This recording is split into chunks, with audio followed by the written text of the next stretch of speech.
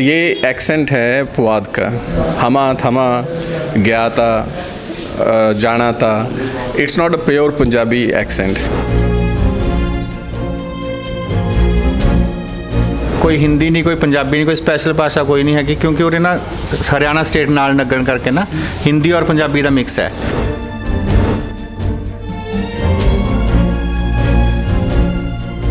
The language is the mixture of the Himachali and Haryanvi. तो यहाँ पे इस एरिया में मोस्टली जो यहाँ से लोग इधर उधर से आए हैं वो यहाँ पे मोस्टली रहते थे। महाराज ਜਿਹੜੇ ਸਕੂਲ ਆ ਜਿੰਨੇ ਵੀ ਨਵੇਂ ਸਕੂਲ ਆ ਪ੍ਰਾਈਵੇਟ ਜਾਂ ਸਰਕਾਰੀ ਸਾਰਿਆਂ 'ਚ ਅੰਗਰੇਜ਼ੀ ਔਰ ਹਿੰਦੀ ਆ। ਪੰਜਾਬੀ ਦੀ ਤਾਂ ਸ਼ਾਇਦ ਇੱਕ ਅੱਧੀ ਕਿਤਾਬ ਆ, ਉਹਨਾਂ ਨੂੰ ਅਸਰ ਨਹੀਂ ਹੁੰਦਾ। देखो जी, जे हम अंग्रेजी जानते पढ़ते पूरे, फिर हमें ना कहीं फॉरेन कंट्री चले जाते। जो यहाँ पे बैटल ऑफ चप्पड़चिड़ी हुई है उसमें काफ़ी उनका भी योगदान है।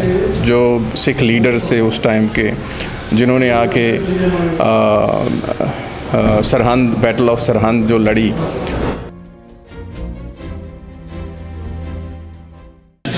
दोस्तों, आज हम पहुंचे हैं पंजाब के पुआध इलाके में और इस इलाके का बहुत अच्छा इतिहास भी है और हमारी खुशनसीबी है कि हमें यहाँ पर मिल चुके हैं प्रोफेसर सिमरजीत सिंह जी, जो हमें पुआध के इतिहास के बारे में बताएंगे।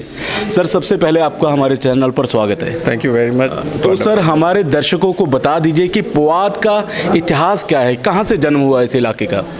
पहले तो मैं ये बोलूँगा कि एक सेंटेंस बोलूँगा, हमा ऊ के पास गया था। तो दिस इज़ द एक्सेंट। ये एक्सेंट है पुआध का। हमा थमा गया था जाना था। It's not a pure Punjabi accent. ये पूरी तरह प्योर पंजाबी नहीं है, पर ये हिस्सा पंजाब में आउंदा है। कि होया कि जे असी पंजाब दीयां भाषावां दी गल करनी है, तो अगर हमें पंजाब की भाषाओं की बात करनी है तो हमें इसका जोग्राफिकल स्ट्रक्चर जो है पंजाब का वो समझना पड़ेगा। जोग्राफिकल स्ट्रक्चर शुरू होता है हमारे सप्त सिंधु से। सप्त सिंधु 7 दरियाओं को बोला जाता है। उसके बाद फिर सप्त सिंधु कट के ये रह गया पंज आब, 5 दरियाओं की धरती। अब जो है घग्गर, सतलुज, ब्यास, रावी, चनाब, ये दरिया हैं। तो इन दरियाओं के बीच में जो एरिया आता रहा वो अपनी एक डाइवर्सिटी, अपनी एक लैंग्वेज बनाता रहा। और ये जो पुआध है ये एरिया आता है घग्गर और सतलुज के बीच में। अब इसमें जो लोग आके बसे या रह रहे हैं, दे आर नोन एज पुआधी। उनको पुआधी भी बोला जाता है। अब पुआध का इतना ज़्यादा कल्चरल इन्फ्लुएंस नहीं रहा। इस रीज़न क्या है कि पंजाब जो था वो एक फार्मिंग स्टेट माना जाता है। किसान प्रथम जो है स्टेट माना जाता है। तो यहाँ पे खेती जो थी इतनी नहीं होती थी। क्यों?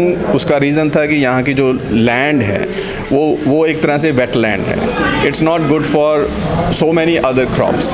जिमें जे असीं गल करिए तो मालवे च कपाह हुंदी है, ਤਾਂ ਹੋਰ ਕਿਤੇ कणक ਹੁੰਦੀ है, किते बाजरा ਹੁੰਦਾ, किते मक्की ਹੁੰਦੀ है। ਤਾਂ इस एरिए में इतना ज़्यादा क्रॉप के लिए the land is not proficient. ਤਾਂ फिर की होया इत्थे मोस्टली ਜਿਹੜੀ ਆ ਉਹ वही क्रॉप्स होती हैं जो कि रिलेटेड टू वेटलैंड हैं, जो वहाँ पे हो सकती हैं। अब दिस इज़ वन फैक्टर।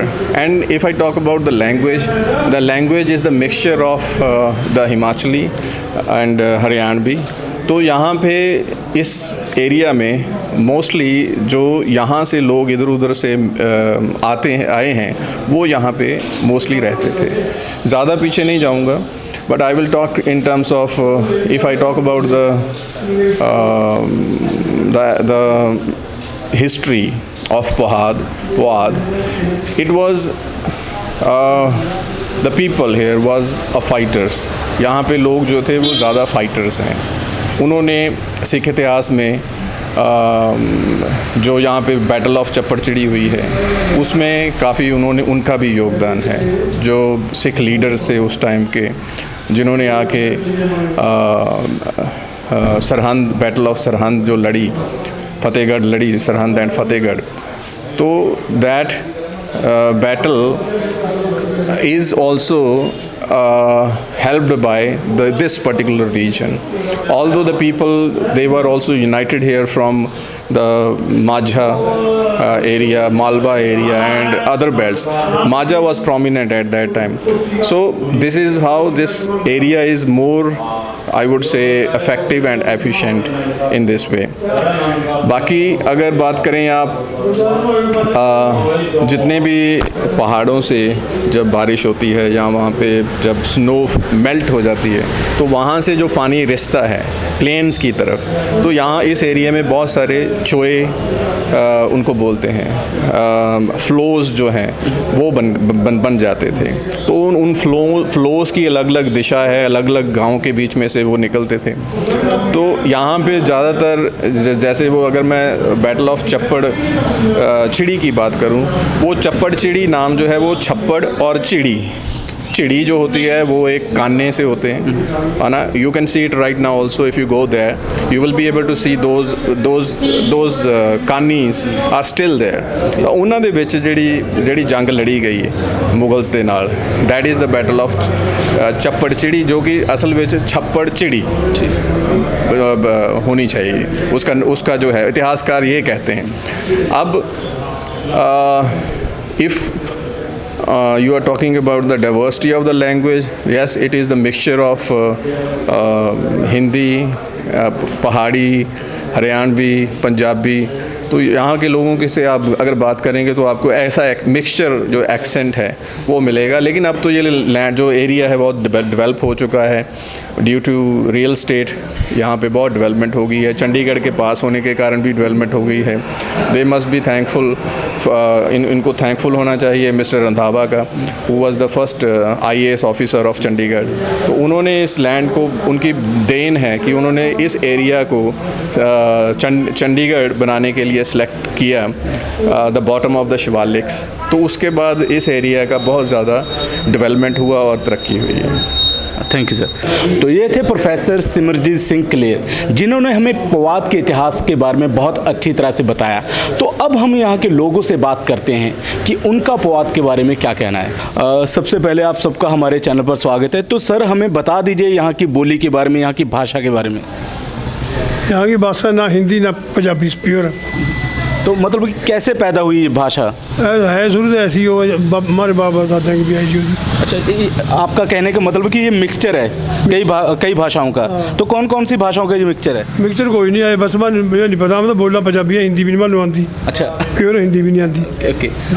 आप कुछ कहना चाहेंगे आपकी जो पुआधी लैंग्वेज है, आपकी भाषा है, उसके बारे में?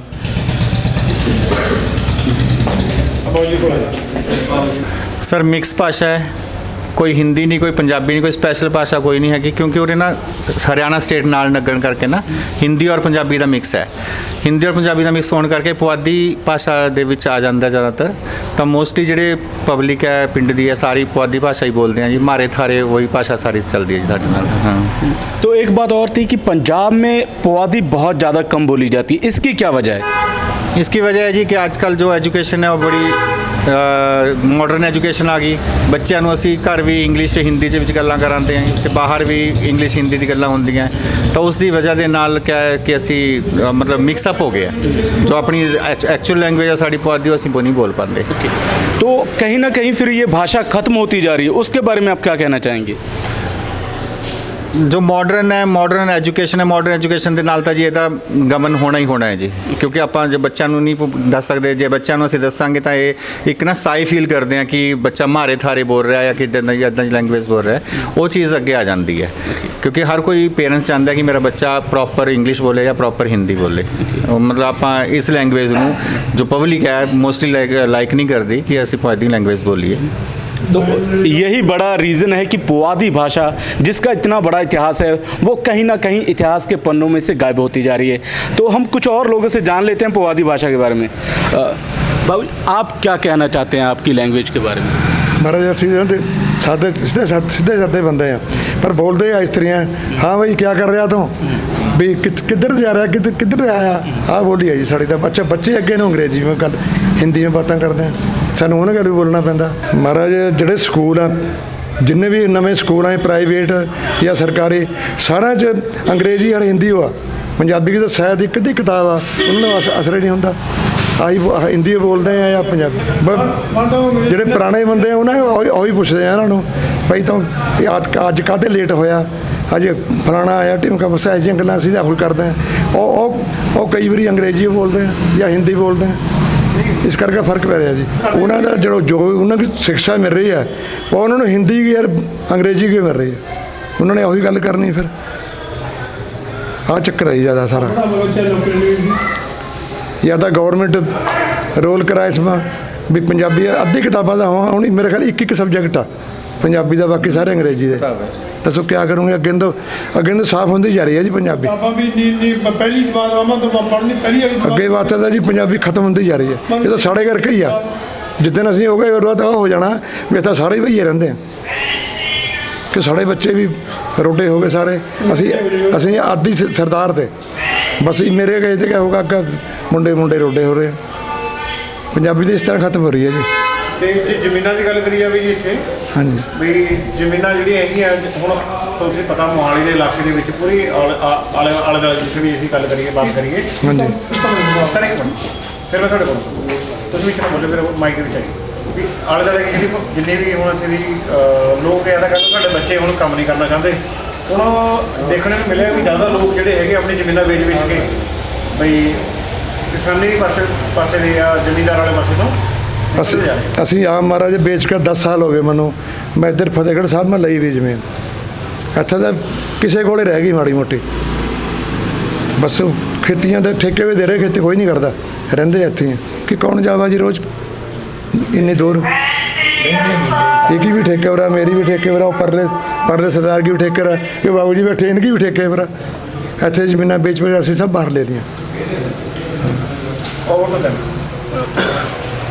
महाराज जमीना में गुजारे नहीं होता, बिगा बिगा तो जमीन दी मारी 10-10 करोड़ भी गया, मैं 20 किले भी कर ले बाहर, 2 पैसे पल्ले भी हैगे।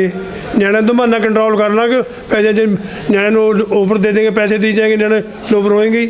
हम तो कोई ऐसा मुख्तारी दी नहीं, ये बादलों की देन है साढ़े कटनी थी मारे चिट्ठे तारने थे, चाहे कोई किसी पार्टी का जमीन सब की थी कख भी नहीं होए सर। माँ हाँ जी मारी कह लिया, बड़े तो मारी कह लिया, जो मारी हाण छोकरे बड़े बड़े हैं, छोटे जो बच्चा एक पोता में पता जो एक एडा को हाँ जी और हिंदी बोला चाहे अंग्रेजी, एक किताब पंजाबी की है, पंजाबी में गिनती लग्या करन 100 तक 1 2 3।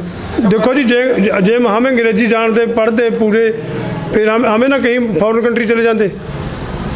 अंग्रेजी लगी 6 महीने की अंग्रेजी, तो इन्होंने पहली वाले बद जाना मत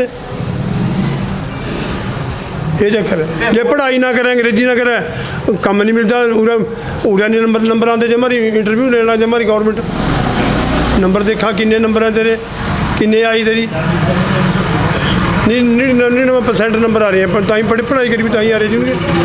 ये चक्कर है, पढ़ाई का मुंड रह गया। जो छत 2 गली करके हो रही थी पहला सुने मन ने बैठे हैं उन्हें बुजुर्ग जी बुजुर्ग 2 गली करके हो रही हो, 3 गली टाइम आ गया। देखो क्या होएगा, हालात माड़े हो रहे दिन ब दिन, तुम पता घर बैठे मार जा, ये जमी कम खराब हो रहा। अब डर लगा हम तो बाहर जाते ही नहीं। ਵੈਸੇ ਮੋਸਟਲੀ ਤਾਂ ਹੀ ਆਪਾਂ ਜਿੱਦਾਂ ਉਂਝ ਗੱਲ ਕਰਦੇ ਹੀ ਫਿਰ ਤਾਂ ਪੁਆਧੀ ਵਗੈਰਾ ਹੀ ਚੱਲ ਜਾਂਦੀ ਹੈ, ਇੱਦਾਂ ਮਾਰਾ ਥਾਰਾ ਹੀ। ਪਰ ਬਾਹਰ ਜਦੋਂ ਅਸੀਂ ਜਾਂਦੇ ਹਾਂ ਜੀ ਤਾਂ ਪੰਜਾਬੀ ਉਹ ਜਾਂ ਬੋਲਦੇ ਹਾਂ ਜੀ। ਨਾ ਹੀ ਨਾ ਸ਼ਰਮ ਤਾਂ ਕਾਹਦੀ ਹੈ ਜੀ, ਸਾਰੀ ਚੰਡੀਗੜ੍ਹ ਜਾਂਦਾ ਮੋਹਾਲੀ ਸਾਰੇ ਇੱਦਾਂ ਆਹੀ ਬੋਲਦੇ ਹਾਂ ਜਾਂ ਤਾਂ ਪੁਆਧੀ ਉਹ ਬੋਲਦੇ ਹਾਂ ਜੀ। ਹਾਂਜੀ ਜਿਹੜੇ ਬਾਹਰ ਤੋਂ ਆਏ ਹੋਏ ਆ ਜੀ, ਬਠਿੰਡਾ ਸਾਈਡ ਜਾਂ ਹੋਰ ਸਾਈਡ, ਉਹਨਾਂ ਦੇ ਨਾਲ ਥੋੜ੍ਹਾ ਬਹੁਤਾ ਪੰਜਾਬੀ 'ਚ ਗੱਲ ਕਰ ਲੈਂਦੇ ਜੀ। ਉੱਦਾਂ ਨਾ ਇੱਦਾਂ ਦਾ ਕੋਈ ਉਹ ਨਹੀਂ ਹੈਗਾ ਜੀ, ਗਿਆਨ ਗਿਊਨ ਤਾਂ ਨਹੀਂ ਕੋਈ ਵੀ ਹੈਗਾ ਜੀ। ਹਾਂ ਜੀ ਹਾਂ ਜੀ ਨਾ ਹੀ ਨਾ ਇੱਦਾਂ ਦਾ ਕੋਈ ਉਹ ਨਹੀਂ ਹੈਗਾ ਜੀ, ਸਾਰੇ ਹੀ ਪੁਆਧੀ ਵਗੈਰਾ ਹੀ ਪੰਜਾਬੀ ਆਉਂਦੀ ਆ ਜੀ ਜ਼ਿਆਦਾ ਸਾਰਿਆਂ ਨੂੰ ਹੀ।